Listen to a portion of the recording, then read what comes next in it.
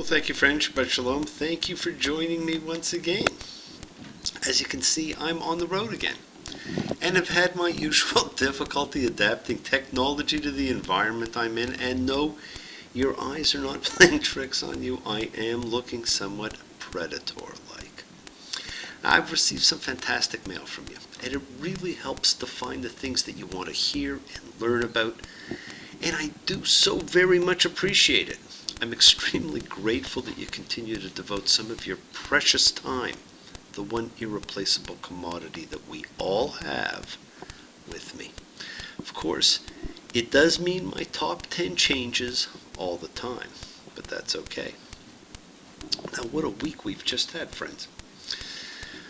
It was the anniversary of Kristallnacht, that horrible night of the broken glass, that infamous November 9th night and November 10th day, that perhaps in some ways has never ended, and that truly marked the end for the Jews in Nazi Germany and ushered in the era of the concentration camp. And we had the 25th anniversary of the fall of the Berlin Wall, which marked the end of that Cold War and began the process of German reunification. And I'm sure that worried more than a few of us, that it's hard to believe that it's been 25 years.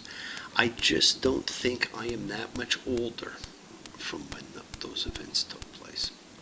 And this week, we also marked Veterans Day, or Remembrance Day, when we give thanks to all who have given their lives in the service of their countries. Thank you, veterans, for all your sacrifices. It began as a memorial for the fallen of World War I, the war to end all wars. And I guess that name isn't quite apropos anymore, is it? Perhaps instead, it marked the beginning of a new age and a new type of war that ushered in what must almost seem like a never-ending age of war. Friends, I just came back from Ekbalam, a city built over the course of about 1,000 years, but which had its beginning around the year 1. What an amazing, simply amazing place that it was. And while there, I sat in a cave and looked out at the architecture and construction of a model of the crossroads of time and space, a picture indelibly etched in my mind. And had I brought my camera, perhaps I would have been able to take a picture and share it with you all. You know, every time I see how incredible man's mind was long, long ago, I wonder what happened and how he let his ego get so out of control. And friends, the other day while I was away in channel surfing looking for an English-speaking show, I came across the news. It was Fox and Friends, I believe. And they listed 5 things that they said it's okay to lie to someone you are dating about, including your full name, what your proper job title is, what's in your 5-year plan.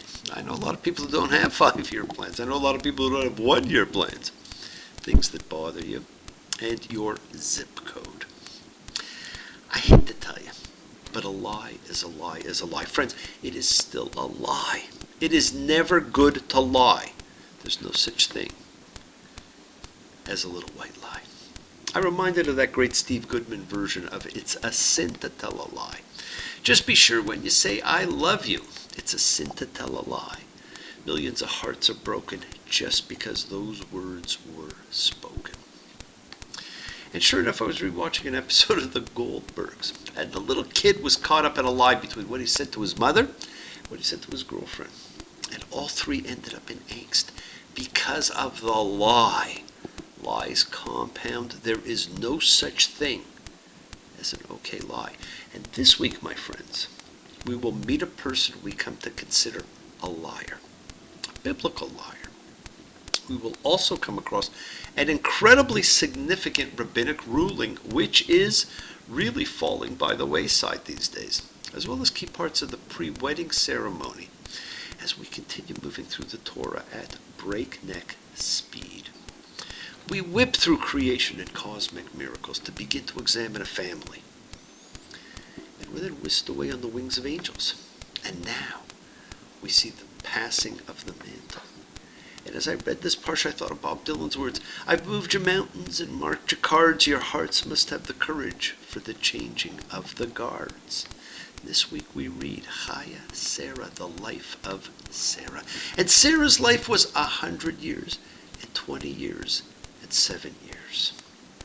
The years of Sarah's life. Friends, that is about all we are told in a parsha called The Life of Sarah, about the first and possibly the least important of the matriarchs. The genealogy which ended last week's parsha was a segue for us to hear about the birth of Rebecca, because we are in for the changing of the guard, and in many ways for the birth of feminism. Although I did hear there is talk now of banning the word feminist. Now, I don't know why, but it was on the news, and we know that the news never lies. Oh well. You see, the life of Sarah is not really about Sarah. It's about the power of the divine feminine and its capacity for selfless love. And just as the Akedah was the passing of the mantle of patriarchy to Isaac, the life of Sarah is the passing of the mantle of matriarchy to Rebecca.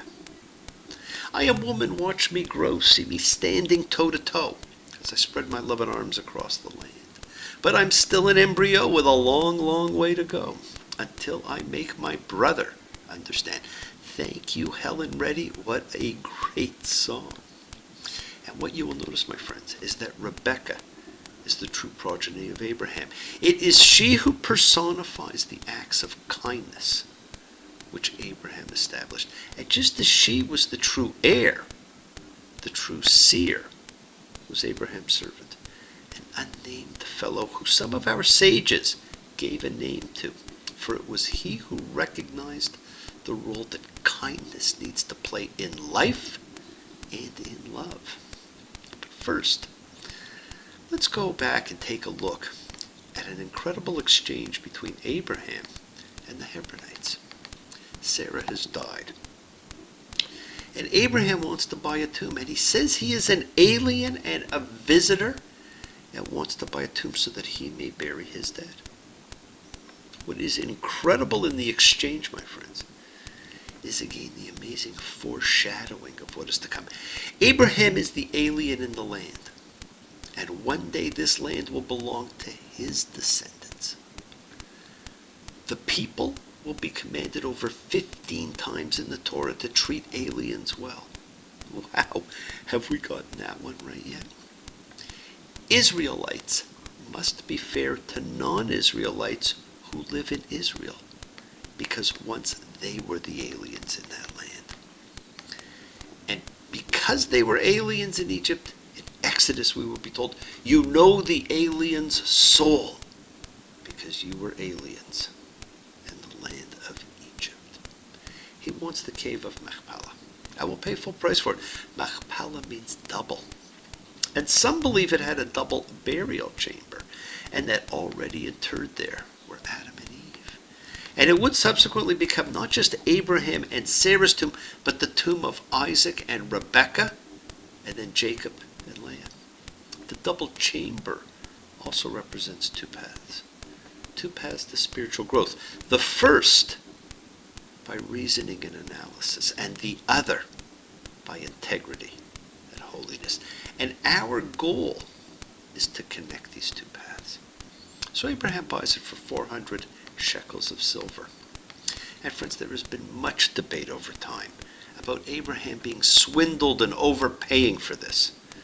We are told by commentators that this is a king's ransom. And many jump on this to emphasize how taken advantage of that Abraham was. But friends, not only does the Torah never once say that Abraham felt cheated, but it actually is telling us instead just how wealthy he was. So good for you, Abraham. And perhaps he's lucky that it didn't get listed on eBay. For just to have the tomb of Adam and Eve, he might have had to have paid an awful lot more.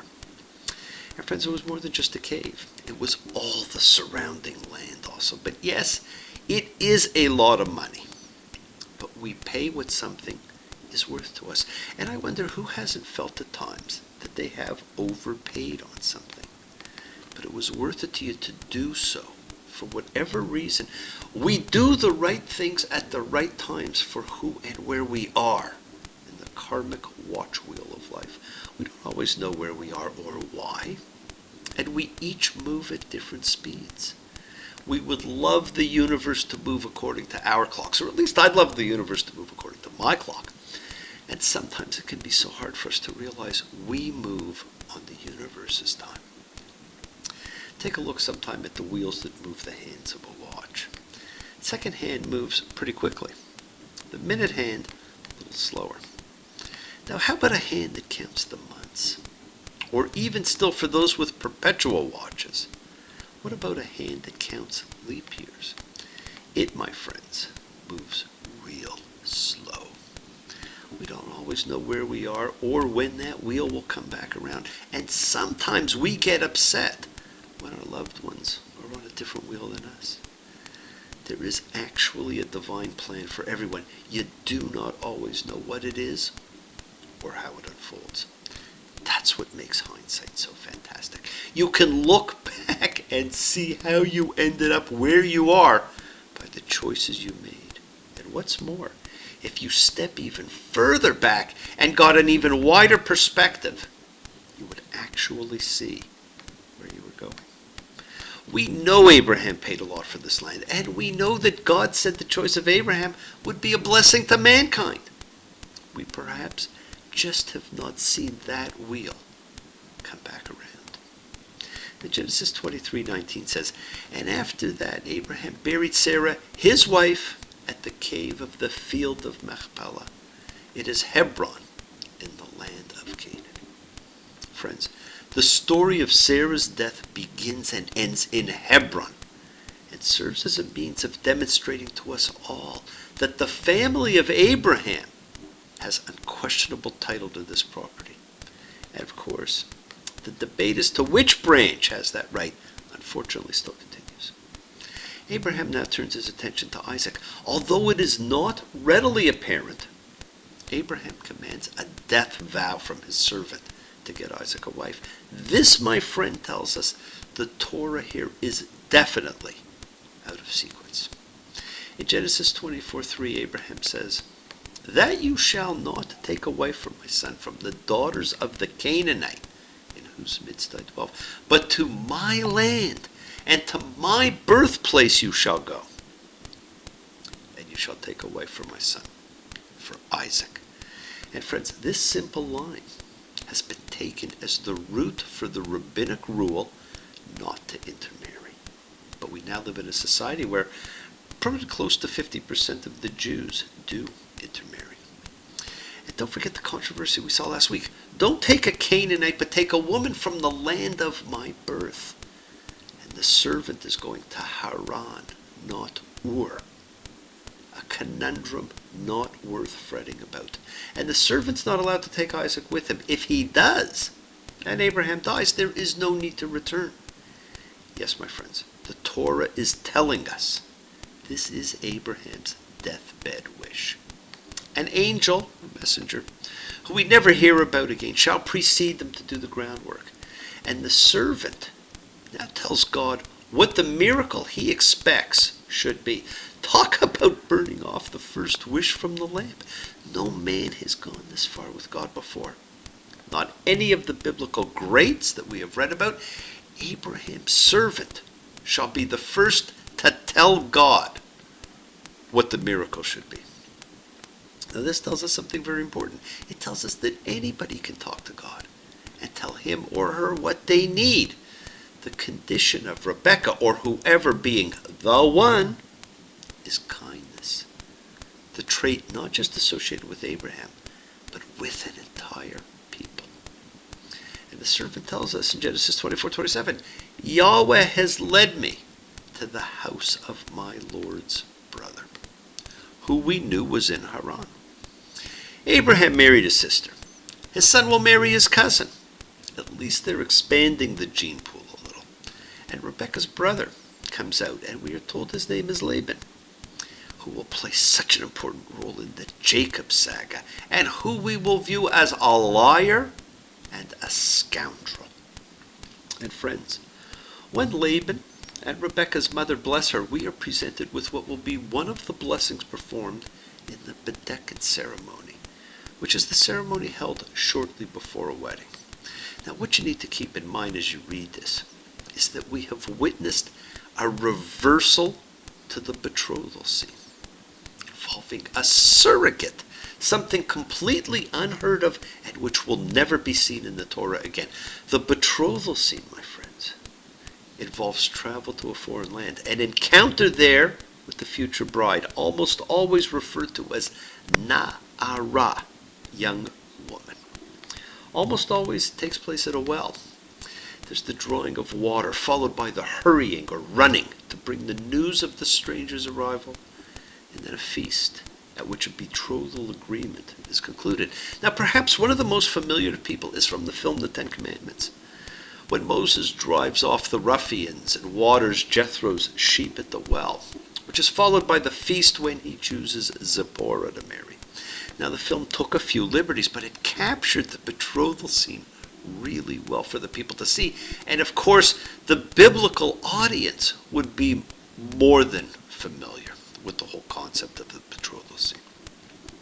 You will also notice that Laban readily agreed to this betrothal, but would be much more difficult in the Jacob betrothal coming later. Why? Did the Jacob version simply emphasize his character more, or was it needed to emphasize that negative aspect of character? Now the servant takes Rebekah and her maids to Isaac, who is wandering by his home. She sees Isaac walking in the distance and asks the servant who it is and is told. And she took a veil and covered herself. This, my friends, is the second half of the reason for a veil at a Jewish wedding. Both parts of the Bedekin ceremony come from this parsha, and I have seen more and more brides requesting the Bedekin ceremony at the weddings which I perform. And it's a beautiful ceremony. Note also, my friends, at Genesis 25:11, where Isaac lives. He lived at the well of Lahai Roi, which was the place where Hagar was told by an angel that she would give birth to Ishmael. Now, we said at the beginning of this year that we wanted to view this look at the Torah with more of a what-if perspective. So what if Isaac recognizes that his miraculous birth and his being spared from sacrifice have given him everything that otherwise would have been Ishmael's, and he's living where Ishmael was born? There is so much to think about in this book, my friends. So many subplots, so many karmic twists, and so many of these twists we're going to see how they resolve themselves, and some don't resolve themselves for generations. And two lines stand out which come next, and which are pretty well hardly ever commented on, but tell enormous amounts of what was happening. Isaac brought her to his mother Sarah's tent, and Isaac was consoled after his mother. For Isaac to bring her to his mother's tent, his father must be dead. But don't forget, friends, this precedes the story of Abraham's subsequent marriage to Keturah. The sequence is out of order. There is a great lesson here. Do not read this book as a history that flows from start to finish. It is the story of the relationship between the deity and man, with several twists and turns and backstory events and editing. So the real essence of this parsha, my friends, is about the divine feminine in the story of Rebekah. With the incredible reversal of roles taking place, use your knowledge of what you know is coming. We know from the future that she is forceful and enterprising. Think about what you see takes place. She performs the task of the betrothal scene, not him. She journeys to Isaac. He goes nowhere. Isaac is the epitome of passive. He was different from the other patriarchs. He was acted upon by his father and by his wife and his son. A unique role for a patriarch. Perhaps the true order should have been Abraham, Rebecca, and Jacob. And perhaps in today's world of gender neutrality, that is how it would be. As Annie Lennox saying, there was a time when they used to say that behind every great man there had to be a great woman. But in these times of change, you know that it's no longer true. So we're coming out of the kitchen because there's something we forgot to say to you. We say sisters are doing it for themselves, standing on their own 2 feet, ringing on their own bells. Sisters are doing it for themselves. Rebecca stands alone among the matriarchs, forging a future with strength and cunning, and filling the emotional gap left by Sarah's death. She takes just like a woman, yes she does. She makes love just like a woman, yes she does. She aches just like a woman, but she breaks just like a little girl. Thank you, friends. I appreciate the time you give me to listen, to watch, to share, to care, to send out your energy to those in need. If you have any questions or comments, I remind you to keep please sending them in. In the meantime, be well, be happy, be healthy, be in love. Blessings to you all. See you soon. I should be back next week in my regular office and with my regular look. Anyhow, thank you again for joining me. Have a wonderful week. Love to you all. Take care.